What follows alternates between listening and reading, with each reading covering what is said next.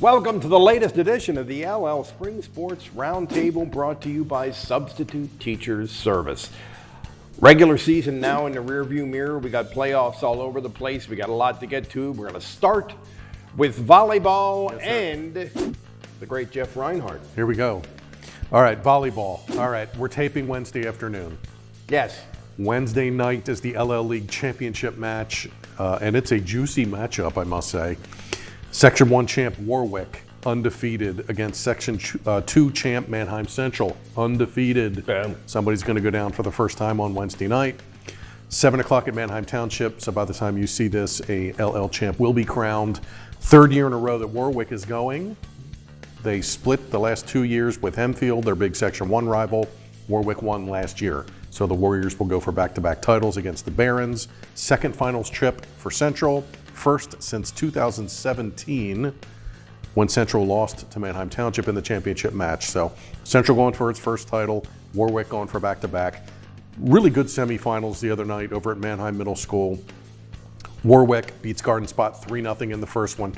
Warwick, really good, solid, showed it. Boom, 3-0. Mannheim Central, great match with Cedar Crest. We talked about the Falcons a lot this spring. Very legit. Earned that second spot, earned a playoff spot. They'll be fifth in districts coming up next week. Crest leads Central 2-1. Barons come flying back, force a fifth. That one goes OT, if you want to call it that. 16-14 Barons in the fifth. Fantastic match. Bam. One of the best matches I saw all spring. Barons, Warriors, Wednesday night for LL Gold. District start next week. The district brackets become official on Thursday as you watch this. I don't think anything's going to shift because everybody's done with the regular season. In 3A, Warwick 2, Crest 5, Hempfield 7, CV 11, E-Town 13, Penn Manor 14. That's a lot of teams. 2A, Mannheim Central 3, Garden Spot 8, Cocalico 9, Linville Hill Christian, CCAC entrant. God love them. Number 10, looks like they're dancing. The first round match 2 circle should be, once this becomes official, next Tuesday. Cocalico and Garden Spot should play in the first round at Garden Spot, Section 2 rivals. They split their season series, and both were really great matches. So that should be a first round match in volleyball next week, and we'll see who wins the LL finale on Wednesday night. Thank you, Jeffrey. I'm going to start with track, in which we're in the middle between the LL championships and forthcoming district championships at Shippensburg University. The league meet last weekend at Hempfield. Conestoga Valley winning the boys team How about title. that? How about that, right? CB Didn't Bucks. even win their own section, but they did win the boys team title, and unsurprisingly, McCaskey won the girls team title. Dominant performance by the Wright twins. Yes. Kamiya she set the meet record in the 200, and the sisters won the 100, the 200, and the 400. Wow. In addition to their dominance of relays, which we've been talking about all year. A couple of big heroes on the boys' side. Aiden Hodge, who this is runner from Hempfield, who's going to Ole Miss. Yes. He's a Division I athlete. Meet record 4:11.15 in the 1600. Wow. And he also won the 800. And Nick Keller, a kid we've been talking about from Ephrata, won the 100, the 200, and the 400. And that's it for the league meet. Let's look ahead to districts and some of the top seeds. As you may have expected, McCaskey is the top seed in the girls in all 3 of the relays. Wow. Wow. And in some cases by a significant margin. In the 4x800, it's McCaskey 1, Cedar Crest 2. Wow. And a couple other kids to watch here. We've talked a lot about the freshman sprinter, Cadell Howard from Cedar Crest. She's the number 1 seed in the 400. And number 2 in the 200, there's a kid named Leah Campbell from Spring Grove who has been a great sprinter. She's a junior. Yep. They're going to go at it on Saturday, so that'll be fun to watch. High jump, Katie Becker of Warwick is the number 1 seed in girls AAA. The freshman from Cedar Crest, Elena Schneider, is the number 1 seed in the javelin by 13 feet. Whoa. And she's a freshman. That's a big number. That's pretty impressive. Whoa. So that's kind of in girls AAA. In girls AA, we only have one number 1 seed. It's Margaret Bila of Anvil-Cleona in the districts. Now, on the boys' side, fewer, because our girls are pretty amazing. So there's fewer number 1 seeds on the boys' side, but Nick Keller, the aforementioned Nick Keller, yes, and Gabe Lewis of Cedar Crest are the 2 and 3 seeds in the 100, behind a kid named Lex Cyrus of Susquehanna Township, who has run a 10.5 100. That's pretty good. Aiden Hodge, again, we talked about him. He is the number 1 seed in the 1600 and the 800. He's a stud. Nice. That's a pretty legitimate kid. And then we have in AA, we have Noah Gunderson of Anvil-Cleona, who is a 6'6" high jumper. He is a considerable number 1 seed by a considerable margin. We'd have to say he's the favorite. And then in the 300 hurdles, here's a couple kids that we didn't really talk about all year. Jansen Hofford and William Scott of Lancaster Catholic are the number 1 and 2 seeds in the 300 hurdles. Nice. So there you go. We have a lot of kids, and you know what always happens at districts and states is you'll have kids that, like some kid in the triple jump will do his personal best by a mile, you know, so that kind of stuff happens. But those are some names to watch and names to cover for Jason Guarente, our man at districts. Gabe Lewis at Cedar Crest. Hopefully he's healthy. He missed the LL meet with the hammy. And you know, we should point out in the league meet, a lot of coaches, they shift their lineups around. They don't necessarily run the A team because they're trying to get kids into districts. They're trying to, tweak it. So that's a little deceptive. But as far as I know, Lewis is going to be ready to go. Whether he's 100%, don't know. We shall see. Fingers crossed for him. All right, let's go to lacrosse. Okay. Big doings in lacrosse. Girls lacrosse first. The LL League semifinals were on Tuesday night. I thought this was interesting. The same 4 schools, boys and girls, were in the semifinals. Township, Hempfield, Cocalico, LS. Boys and girls, those were the final 4 in each. All right. Okay, here's what happened on Tuesday. LS 10, Hempfield 8. Good match. Rowan Kimmel, 6 goals for the Pioneers. What a season that kid's having. Gretzky. Yeah, they're through. They'll play Manheim Township. Streaks, wow. Where do you hear these numbers? Streaks 22. Cocalico 1. It was 17-0 at halftime. Township will be going for its 13th straight LL League title. 13 in a row they're going for, and they're 15th overall. That'll be Thursday night, 7 o'clock. Girls lacrosse finals. LS against Manheim Township at Penn Manor Comet Field. Be there. Boys lacrosse. LL League semifinals also were on Tuesday night. Cocalico 13, Hempfield 7. Cocalico improves to 18-0. They're undefeated. Dolan Barnes had 6 goals for the Eagles in the win. Cocalico gets through to the finals. Manheim Township 10, LS 8. Good match. Believe that was 8-8 late. Simon Bowen and Rowan Myers get late goals for Manheim Township. They knock off LS, setting up this championship.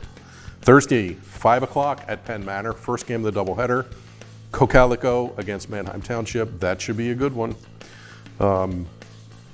As mentioned, I just thought it was really cool. The Cocalico, Hempfield, LS Township, those 4 programs all played in the boys and girls semifinals. So. That's still a sport that some schools have not fully embraced. That's still not totally. It's in that stage of development yet. Still, I think. But really good. Yeah. The lacrosse around here. The best ones are top notch, no doubt about it. LL finals Thursday night, Comet Field, Penn Manor, 5 o'clock, first match. Boom. All right, let's go softball.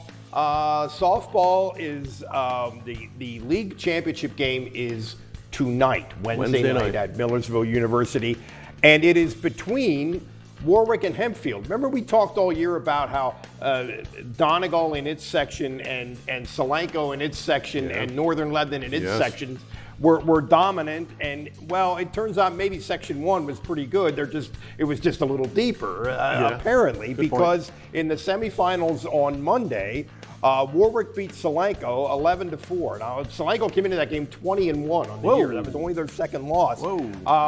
an interesting note on this, and I'm referring to the great Dave Byrne here, but Katie Heisey of Warwick, who is going to Millersville with Millersville's coaches there watching the game, went 3 for 4 with 2 two-run homers. Hello. Kaboom. And the other semifinal, Hempfield 10, Donegal 3.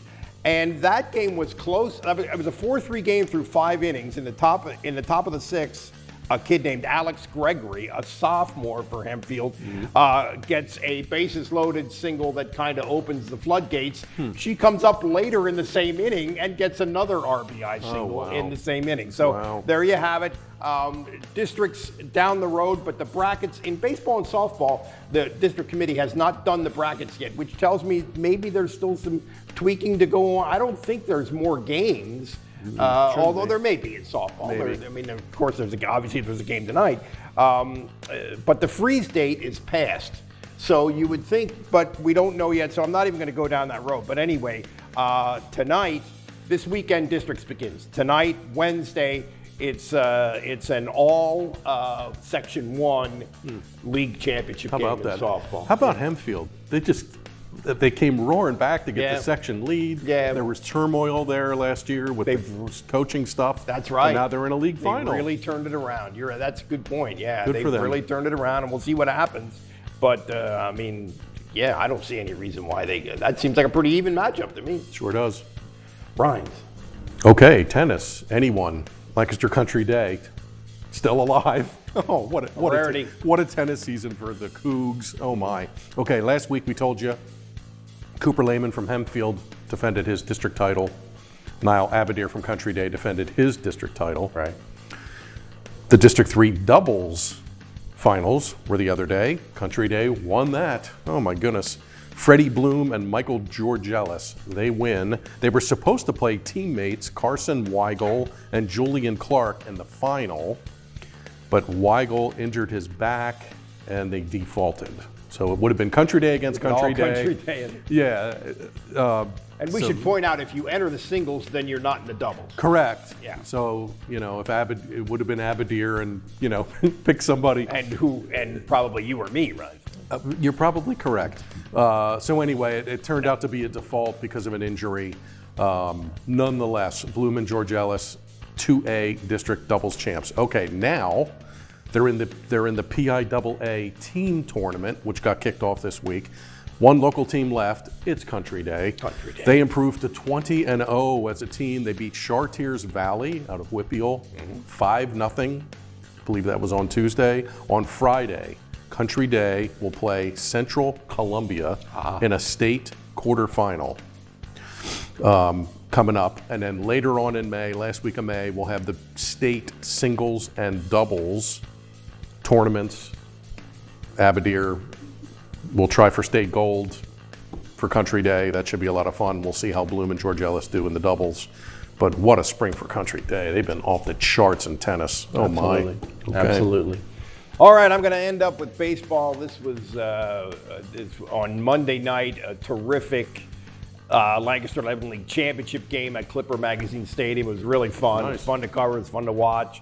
Ephrata in an all Section 2 championship game, 4-3 over Lampeter Stroudsburg. And it was a lot of stuff went on. Early in the game, the hitters were ahead of the pitchers, and a couple of great hitters. One of them, Coy Schwanger from Ephrata, leadoff man. 3 innings into the game, okay? 3 innings into the game, he's 2 for 2 with a double, 2 runs scored and an RBI. Wow. Jason Long, kind of the number 3 hitter for LS, he, in the first inning, he smoked one off the fence in right center at Clipper Magazine Stadium. Nice. 3 innings into the game, he's 2 for 2 with a double, 2 RBIs, and 1 run scored. It was 4-3 after 3 innings, and then that was it. Yeah, then that was it. Then it got tense and really interesting, and there was in the 7th inning, Long came up with runners on base, and Ephrata coach Adrian Shelley intentionally walked him with first base open, and then with 2 outs and put him on. and they ended up getting the last out, and that's it. Dog pile at the mound, everybody, Gatorade shower for Adrian Shelley. It was a really entertaining game. Freshman pitcher Cameron Sims was the winning pitcher. Freshman. And he hung in there. He was really gritty, and he looks like a kid, He looks like a freshman, but he's very gritty. And then a senior who really has been a good program soldier for them over the years, Ben Berkey, got the save in the seventh inning. So that was cool. And Ephrata wins the league title for, I think, the seventh time. First time since 2018. And again, it was a good game, good crowd. It was a beautiful night. It was a lot of fun. It was really a cool thing. We have our league going forward now. Districts begin on Friday. Today's Wednesday. Districts begin Friday. We have 10 teams plus in Class A. A lot of the Christian schools in our area: Mount Calvary, High Point, Conestoga Christian.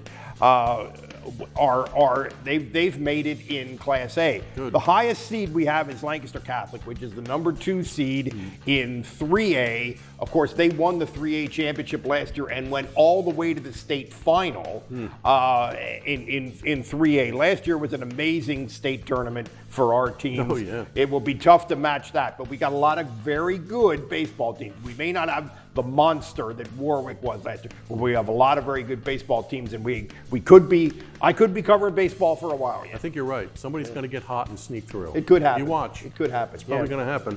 And so, anything else for the good of the order? Over the next 3 weekends, spring football all-star games. This weekend is the East-West game at McDevitt and Harrisburg. The week after is the Tri-County LL big all-star game. It's the first year they're going Lancaster kids against Lebanon Berks kids, getting the Berks teams in. That's the following weekend.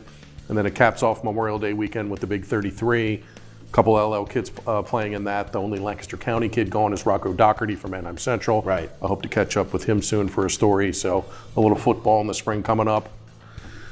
Yeah, wow. There you have it. Busy time. Yeah, lots of stuff going on. The stuff that remains is going to be high-level stuff. Big time. Yeah. Big time stuff. All right, this has been the LL Spring Sports Roundtable, brought to you by Substitute Teacher Service.